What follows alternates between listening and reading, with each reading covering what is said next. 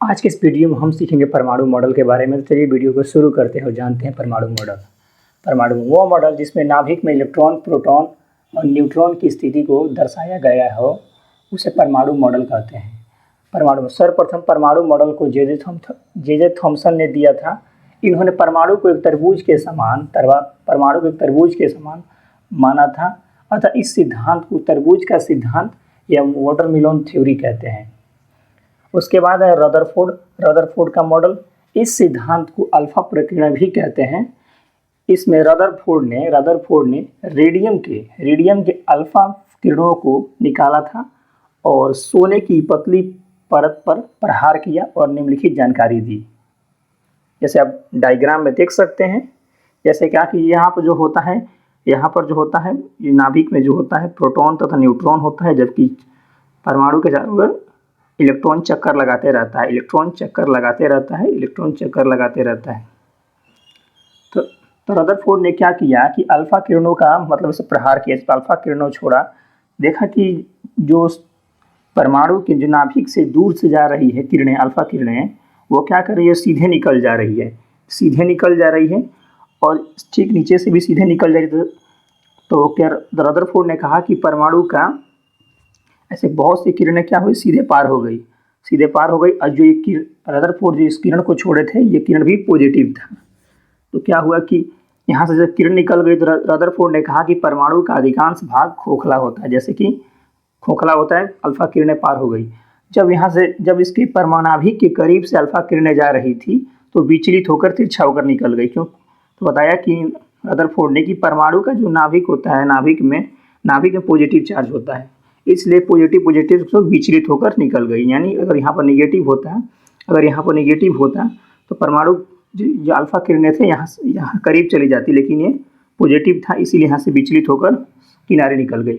और जो किरणें बीचों बीच आई थी, एकदम परमाणु के बीचों बीच, नाभिक के बीचों बीच, वो टकराकर वापस चली गई। यानी 20,000 किरणें टकराकर वापस चली गई।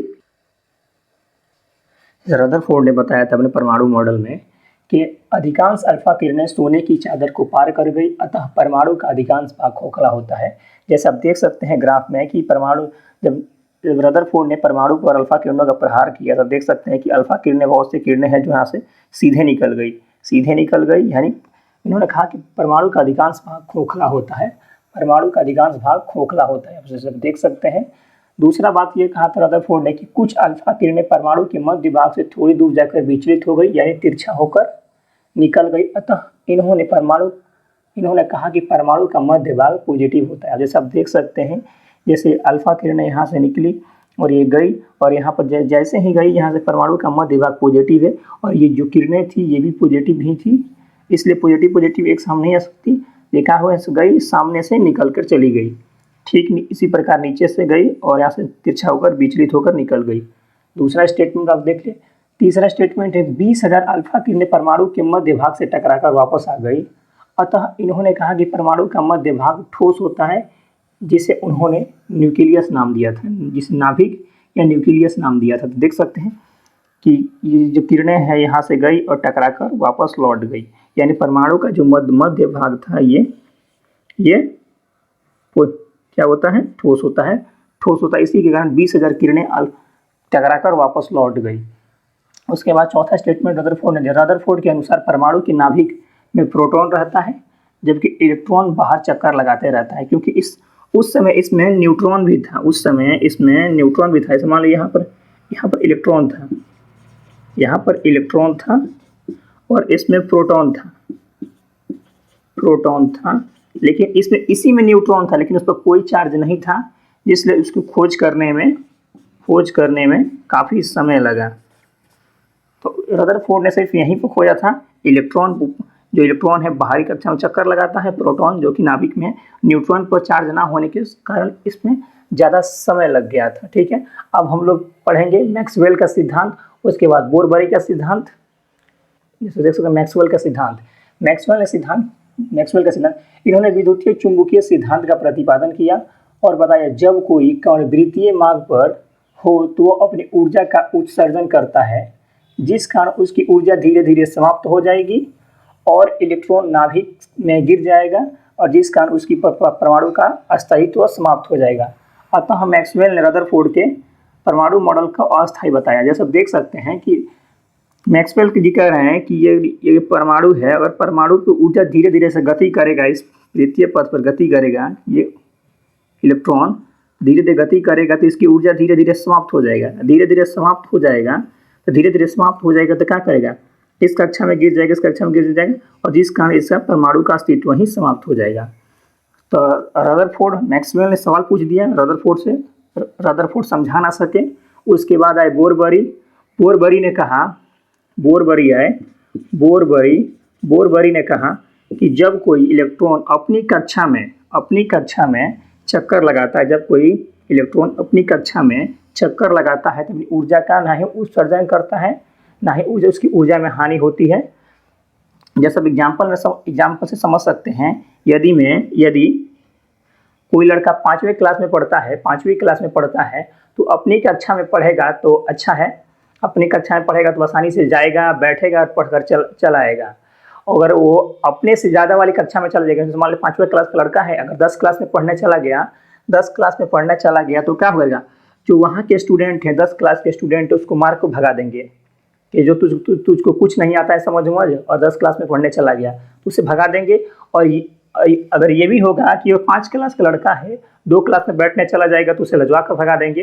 तो इसी में तो यही सवाल पूछ दिया था मैक्सवेल ने कि कोई भी अगर इलेक्ट्रॉन अपनी मान लीजिए कक्षा में चक्कर लगाएगा तो ऊर्जा का उत्सर्जन करेगा, धीरे धीरे उसकी ऊर्जा समाप्त हो जाएगी और नाभिक में गिर जाएगा, परमाणु का अस्तित्व समाप्त हो जाएगा। अब क्या हुआ, रदरफोर्ड इसे समझा ना सके। उसके बाद आए बोरबरी ने समझाया कि जब कोई इलेक्ट्रॉन अपनी खुद की कक्षा में चक्कर लगाता है तो ना ही अपनी ऊर्जा का उत्सर्जन करता है ना ही उसकी ऊर्जा में हानि होती है। ठीक है ना। तो वही मैं आपके समझाने का प्रयास कर रहा हूँ कि बोरबरी आए और समझा, बोरबरी आकर बता दिए कि जब कोई इलेक्ट्रॉन अपनी कक्षा में चक्कर लगाता है ना ही उसकी ऊर्जा का उत्सर्जन करता है ना उसकी ऊर्जा में कोई हानि होती है। ठीक है। बोरबरी का परमाणु मॉडल इसी मॉडल को मान्यता प्राप्त है। रदरफोर्ड और मैक्सवेल के परमाणु मॉडल को मान्यता प्राप्त नहीं है। इसे नील्स बोर बोरबरी ने दिया था। इनका पूरा नाम नील्स बोर बोरबरी था। इनके अनुसार परमाणु का केंद्र में नाभिक होता है। परमाणु के केंद्र में नाभिक होता है जबकि इलेक्ट्रॉन बाहर वृत्तीय कक्षा में चक्कर लगाता है। इसे संयुक्त रूप से न्यूक्लियन कहते हैं। जबकि आप देख सकते हैं इलेक्ट्रॉन जो वृत्तीय पथ पर चक्कर लगाता है इसे संयुक्त रूप से न्यूक्लियन कहते हैं।